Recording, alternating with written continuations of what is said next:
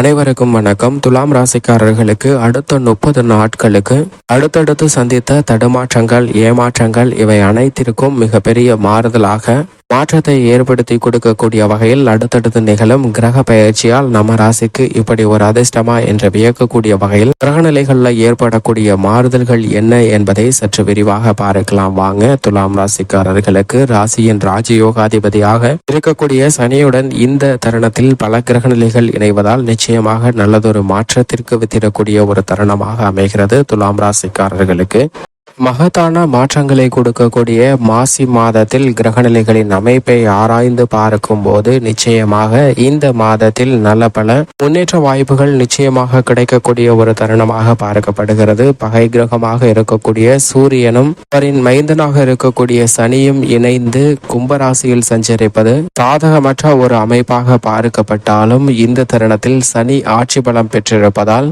நல்லதொரு மாற்றம் ஏற்படுவதற்கான வாய்ப்பு இருக்கிறது. அது மட்டுமல்ல, நட்பை கொண்டாடக்கூடியவராக இருக்கக்கூடிய புதனும் வலுவாக முற்பகுதியில் இணைந்து சஞ்சரிக்க போகிறாருங்க கும்பராசியில். அதற்கு பிறகு மார்ச் 2ஆம் தேதிக்கு பிறகு புதன் கும்பராசியிலிருந்து மீன ராசிக்கு மாறுகிறார். இந்த மாதத்தின் துவக்கத்தில் இருந்தே சனி மற்றும் சூரியனுடன் இணைந்து சஞ்சரித்து வந்த புதன் மாறுதல் என்பது சற்று நல்ல பலனை கொடுக்க இயலாத ஒரு அமைப்பாக பார்க்கப்பட்டாலும் சனியின் மற்றொரு நட்பு கிரகமாக இருக்கக்கூடிய சுக்கிரன் மார்ச் 8ஆம் தேதியிலிருந்து சனியுடன் இணைகிறாருங்க. சனி மற்றும் சூரியனுடன் இணைந்து சஞ்சரிக்க போகிறார் கும்பராசியில். அதற்கு முன்னதாக உச்சம் பெற்று சஞ்சரிக்கக்கூடிய செவ்வாயுடன் இணைந்து இந்த மாதத்தின் முற்பகுதியில் மிக வலுவாக மகர ராசியில் சஞ்சரிப்பாருங்க.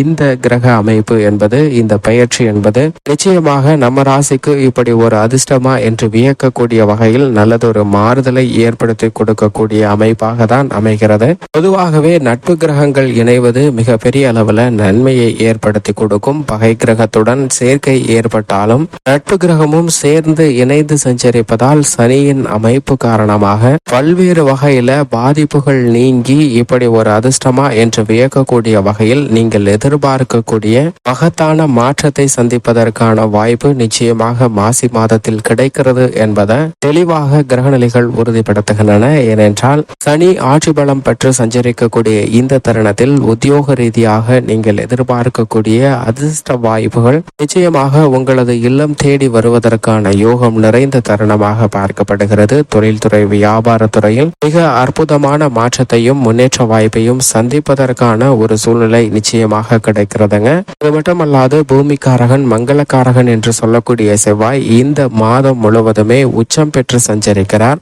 இப்படி சஞ்சரிப்பது நல்ல வரவேற்கத்தக்க ஒரு அமைப்பாக பார்க்கப்படுகிறது. இந்த மாதத்தின் இறுதியில் தனித்து சஞ்சரிக்க போகிறாருங்க. அதாவது மார்ச் 8ஆம் தேதிக்கு பிறகு மாசி மாதம் 25ஆம் தேதிக்கு பிறகு. எனவே செவ்வாயின் அமைப்பு இந்த மாதம் முழுவதும் நிறைந்த நன்மையும் முன்னேற்றத்தையும் கொடுக்கக்கூடிய ஒரு சிறந்த அமைப்பாக பார்க்கப்படுகிறது. எனவே பல்வேறு வகையான சுப நிகழ்வுகளை இந்த தருணத்தில் நிச்சயமாக திட்டமிட்டு நடத்துவதற்கான வாய்ப்பும் யோகமும் நிறைந்த ஒரு தருணமாக அமைய போகிறது. அது மட்டுமல்லாது பல்வேறு வகையில தடைகள், தாமதத்தை சந்தித்து வரக்கூடிய சூழ்நிலையில் அவை அனைத்தும் சாதகமாக மாறுவதற்கான வாய்ப்பை குரு தனது நட்பு கிரகமான செவ்வாயின் ஆட்சி வீடான மேசராசியில் வீற்றிருப்பதால் உறுதிப்படுத்துகிறாருங்க. குருவினுடைய சஞ்சார அமைப்பு அதிவிரைவாக அனைத்து விதமான ஆறுதல்களையும் முன்னேற்றத்தையும் ஏற்படுத்தி கொடுக்கக்கூடிய ஒரு சிறந்த அமைப்பாக பார்க்கப்படுகிறது. ஏனென்றால் இன்னும் 2 மாதங்களில் அவர் மிக வலுவாக ரிஷபராசியில் அமரப்போகிறாருங்க. அதற்கு முன்னதாக இந்த தருணத்தில் நிச்சயமாக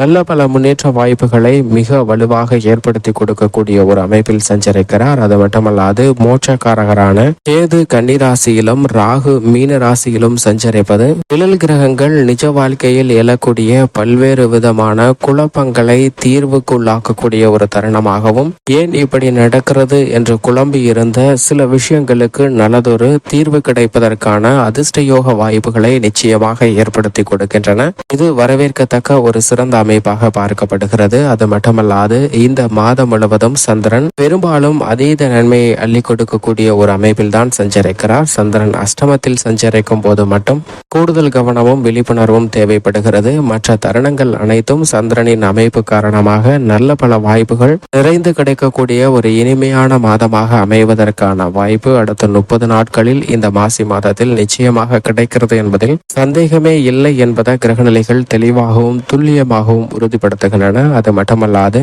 இந்த மாதத்தில் நிகழக்கூடிய கிரக பெயர்ச்சிகள் அனைத்துமே மிக பெரிய அளவில் மாற்றத்தையும் அதிரடியான திருப்பத்தையும் ஏற்படுத்தி கொடுக்கக்கூடிய கிரக பெயர்ச்சிகளாக அமைகின்றன.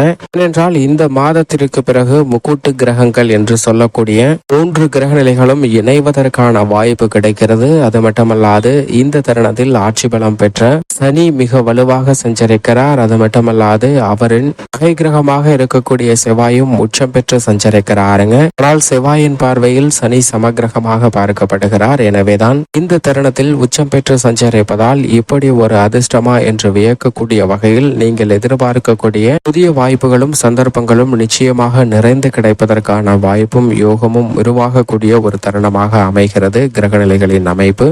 துலாம் ராசிக்காரர்களின் குடும்ப சூழ்நிலையை பொறுத்த வரைக்கும் வீரியம் நிறைந்த பல கிரகநிலைகள் அனுகூலமாக செயல்படுகின்றன. இது ஒரு சிறந்த தருணமாக நிச்சயமாக துலாம் ராசிக்காரர்களுக்கு அமைகிறது. ஏனென்றால் ராசியின் ராஜயோகாதிபதியாக இருக்கக்கூடிய சனி 5இல் வீற்றிருக்கிறார். குரு 7ஆம் இடமாகிய சப்தமஸ்தானத்தில் நிலை கொண்டிருக்கிறாருங்க. ராகு மிக வலுவாக 6இல் வீற்றிருக்கிறார். இவை அனைத்திலுமே நல்லதொரு மாற்றத்தை ஏற்படுத்தி கொடுக்கக்கூடிய சிறந்த அமைப்பாக பார்க்கப்படுகிறது. இதன் காரணமாக குடும்ப ரீதியாக சந்தித்து வரக்கூடிய பல்வேறு வகையான சிரமங்கள், தடுமாற்றங்கள், ஏமாற்றங்கள்ல நல்லதொரு மாற்றம் நிறைந்து கிடைப்பதற்கான வாய்ப்பு நிச்சயமாக உண்டு. பல்வேறு வகையான சுப நிகழ்வுகள்ல ஏற்பட்ட தடுமாற்றங்கள் மாற்றம் மகிழ்ச்சியாக ஏற்படுவதற்கான வாய்ப்பு இந்த தருணத்தில் குதூகலத்தையும் கொண்டாட்டத்தையும் ஏற்படுத்தி கொடுக்கக்கூடிய வகையில் அமைய போகிறது. உத்தியோக ரீதியாக சனி பகவான் மிக வலுவாக சஞ்சரிக்கிறார். அவருடன் ராசியின் அதிபதியாக இருக்கக்கூடிய சுக்கிரனும் இந்த மாதம் இறுதியில் 25ஆம் தேதிக்கு பிறகு இணைந்து சஞ்சரிக்க போகிறாருங்க. எனவே தொழில்துறை, வியாபாரத்துறை, உத்தியோகம் சார்ந்த பணிகளில் நல்ல வளர்ச்சி கிடைக்கும். ஏற்படக்கூடிய இடமாறுதல்களும் மிகப்பெரிய மாற்றத்திற்கு வித்திடுகிறது. பல கிரகநிலைகள் சுபபலம் பெற்று சஞ்சரிக்கக்கூடிய இந்த தருணத்தில் புதிய வாய்ப்புகள், புதிய ஒப்பந்தங்கள் போன்ற அனைத்துமே மனநிறைவை கொடுக்கக்கூடிய வகையில் அமைகிறதுங்க. பல்வேறு வகையான துறைகள்ல உங்களது கால் பதிப்பதற்கான வாய்ப்பும் நிறைந்து கிடைக்கக்கூடிய ஒரு சிறந்த தருணமாக அமைய போகிறது. கலைத்துறை சார்ந்த பணிகளில் மிக முக்கியமான பணிகளை இந்த தருணத்தில் மிக சிறப்பாகவும் செம்மையாகவும் செய்து முடிக்கக்கூடிய ஒரு தருணமாக பார்க்கப்படுகிறது. அதிர்ஷ்டம் உங்களுடைய கதவை தட்டக்கூடிய ஒரு சிறந்த நேரமாக பார்க்கப்படுதுங்க. கலைத்துறை ரீதியான பணிகள் நிச்சயமாக நல்லதொரு முன்னேற்றம் நிறைந்து கிடைக்கக்கூடிய ஒரு தருணமாக அமைய போகிறது. அரசியல் சார்ந்த பணிகளில் பல்வேறு வகையான தடைகள், தாமதங்கள் விலகி இந்த தருணத்தில் மிக தெளிவாக வெற்றி வாய்ப்பு காண வழிகள் மிக சிறப்பாக கிடைக்கக்கூடிய தருணமாக அமைய போகிறது. கல்வியில் இருக்கக்கூடிய சிரமங்கள் மறைகிறது. விவசாயம் சார்ந்த பணிகளில் காரகனான செவ்வாய் சுகஸ்தானத்தில் இருந்தாலும் உச்சம் பெற்றிருப்பதால் இந்த தருணத்தில் சற்று கடினமாக உழைத்தாலும் கூட அதற்கேற்ற பலன் நிறைந்து கிடைக்கும். பெண்மணிகளுடைய எதிர்பார்ப்புக்கு குறைவில்லாத ஒரு தருணமாக இந்த தருணம் அமைய போகிறது. ஏனென்றால் குரு, சுக்கிரன் ஆகிய 2 கிரகநிலைகளும் பலம் பொருந்தி சஞ்சரிப்பது நல்லதொரு மாற்றத்திற்கு வித்திடுகிறது. மேலும் சாதகமாக மாற்றிக்கொள்ள இந்த தருணத்தில் நிச்சயமாக துலாம் ராசிக்காரர்கள் வாரத்தில் செவ்வாய்க்கிழமை விரதம் இருந்து அருகாமையில் உள்ள முருகப்பெருமாள் ஆலயம் சென்று தீபமேற்றி வழிபாடு செய்யுங்கள். நிறைந்த நன்மையும் முன்னேற்றமும் துலாம் ராசிக்காரர்களுக்கு உண்டு.